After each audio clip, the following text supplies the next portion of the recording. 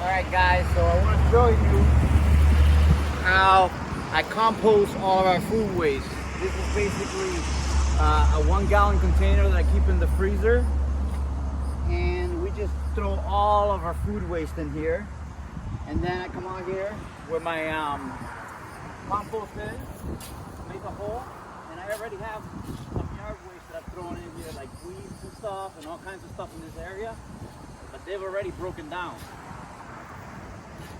So I kind of rotate it around, and this is all you need to do. Come out here, so if you throw down this stuff, all your peels, everything that you freeze inside, about once a day, come out here and I recover it. There's no smell.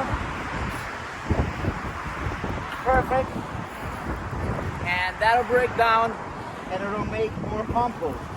It takes about 2 to 3 months for that completely to break down and to become great fertilizer. I don't have to buy any more fertilizer.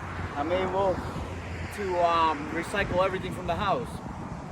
So really, really great way to help the environment and not to send anything to the landfill. And it becomes great food for our plants. So I hope you guys enjoyed the video. Remember to subscribe if you haven't already. Give us a thumbs up if you liked it, and I'll see you really soon on the next one.